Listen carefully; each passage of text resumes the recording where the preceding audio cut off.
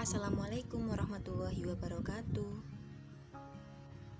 Hari ini kita akan belajar tentang memperkuat komitmen kebangsaan.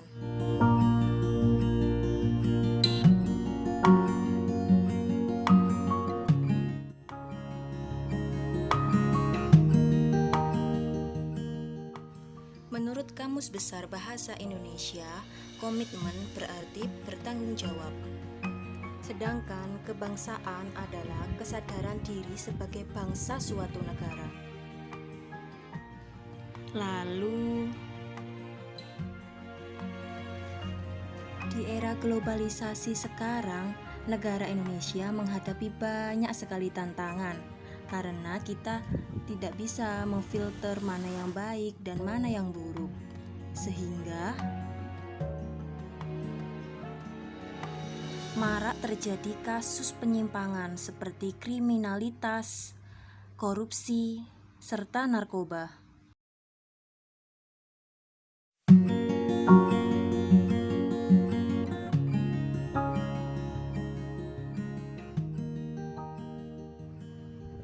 Tokoh yang dijuluki sebagai Bapak Proklamator yakni Insinyur Soekarno dan Muhammad Hatta. Insinyur Soekarno dijuluki sebagai Bapak Proklamator. Insinyur Soekarno merupakan presiden pertama di Indonesia. Insinyur Soekarno lahir pada tanggal 6 Juni 1901. Ibunya bernama Ida Nyoman Ayurai yang berasal dari Buleleng, Bali. Sedangkan ayahnya bernama Raden Sukemi yang merupakan guru di Surabaya. Insinyur Soekarno merupakan lulusan Hogere Burger School atau yang disingkat dengan HBS Surabaya. Masyarakat Surabaya mengenal sekolah ini dengan sebutan SMA Kompleks. Disebut demikian karena kawasan ini terdapat 4 sekolah SMA, yaitu SMA Negeri 1, SMA Negeri 2, SMA Negeri 5, dan SMA Negeri 9 Surabaya yang letaknya berdekatan. Pada zaman pemerintahan Belanda, SMA Kompleks ini dikenal sebagai Hogere Burger School atau HBS. Insinyur Soekarno tidak berhenti sekolah di HBS saja. Beliau meneruskan sekolah di Teknis Hoge School atau yang disingkat dengan THS, yang saat ini disebut Institut Teknologi Bandung. Saat bersekolah di THS, beliau mengambil jurusan Teknik Sipil. Saat bersekolah di HBS Surabaya, Insinyur Soekarno bertemu dengan para tokoh dari Sarekat Islam. Organisasi ini dipimpin oleh Hos Cokro Aminoto. Mulai saat itulah jiwa nasionalisme tumbuh dalam hati Insinyur Soekarno. Insinyur Soekarno memulai aktif dalam berbagai organisasi pemuda, yaitu Trikoro Darmo. Pada tahun 1918, Insinyur Soekarno mengganti nama Trikoro Darmo menjadi Jong Java. Ketika Insinyur Soekarno bersekolah di Bandung, beliau tinggal di kediaman Kiai Haji Sanusi yang merupakan anggota Sarekat Islam, di mana beliau juga merupakan sahabat karib dari Cokro Aminoto. Melalui Kiai Haji Sanusi, Insinyur Soekarno juga bisa berinteraksi dengan 3 serangkai, yakni Ki Hajar Dewantoro, Cipto Mangunkusumo, serta Dowes Dekker, di mana mereka merupakan pimpinan organisasi Indis Party. Berbekal pergaulan dengan para pemimpin organisasi, pada tahun 1926, Insinyur Soekarno mendirikan suatu organisasi yang bernama Algemene Stare Club di Bandung. Organisasi tersebut merupakan cikal bakal berdirinya Partai Nasional Indonesia pada tahun 1927. Akan tetapi perjalanan Insinyur Soekarno tidaklah mudah. Pada tahun 1929, Insinyur Soekarno ditangkap oleh Belanda, lalu dijebloskan ke penjara Banceu yang berada di Bandung. Hal ini dikarenakan aktivitasnya di Partai Nasional Indonesia. Tidak berhenti sampai di situ, pada 1930 Insinyur Soekarno dipindahkan dari penjara Banceu Bandung ke penjara Sukamiskin Bandung.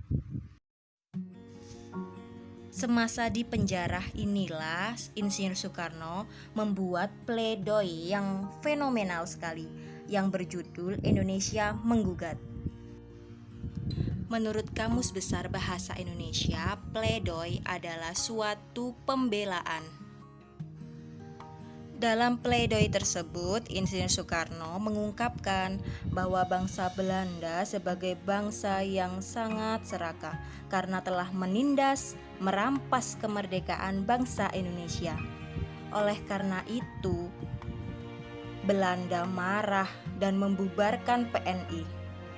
Setelah beberapa tahun berada di penjara, Insinyur Soekarno dibebaskan pada tahun 1930. Kemudian beliau memutuskan untuk bergabung dengan Partai Partindo yang merupakan partai pecahan dari PNI. 3 tahun berlalu, Insinyur Soekarno kembali ditangkap dan diasingkan oleh Belanda ke Flores pada tahun 1933.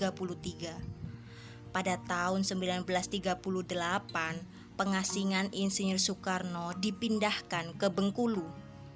Insinyur Soekarno dibebaskan dari pengasingan di Bengkulu pada tahun 1942. Pada saat itu, Belanda sudah diusir dari Indonesia dan Jepang menduduki Indonesia. Setelah terbebas dari pengasingan, Insinyur Soekarno mulai aktif mempersiapkan kemerdekaan Indonesia. Di antaranya merumuskan Pancasila, Undang-Undang Dasar Negara Republik Indonesia tahun 1945, dan dasar-dasar pemerintahan Indonesia, serta merumuskan naskah proklamasi kemerdekaan Indonesia. Selanjutnya, Insinyur Soekarno beserta Muhammad Hatta dan Rajiman Widyodiningrat diundang ke Dalat, Vietnam oleh Jenderal Terauchi yang merupakan pimpinan Angkatan Darat wilayah Asia Tenggara pada Agustus 1945. Jenderal Terauchi menyatakan bahwa sudah saatnya Indonesia merdeka dan segala urusan proklamasi kemerdekaan Indonesia adalah tanggung jawab rakyat Indonesia sendiri.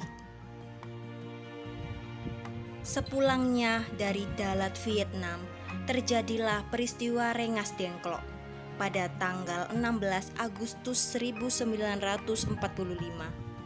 Para tokoh pemuda dari PETA menuntut agar Insinyur Soekarno dan Muhammad Hatta segera memproklamasikan kemerdekaan Indonesia. Hal ini dilatar belakangi karena Indonesia terjadi vacuum of power, yaitu kekosongan kekuasaan. Kota Hiroshima dan Nagasaki, Jepang dibom pada tanggal 6 Agustus, kemudian 9 Agustus 1945 dengan bom yang bernama Little Boy dan Fat Man. Kemudian Jepang pada tanggal 14 Agustus 1945 menyerah kepada sekutu. Peristiwa Rengas Dengklok tersebut bertujuan agar Insinyur Soekarno dan Muhammad Hatta tidak terpengaruh dari luar.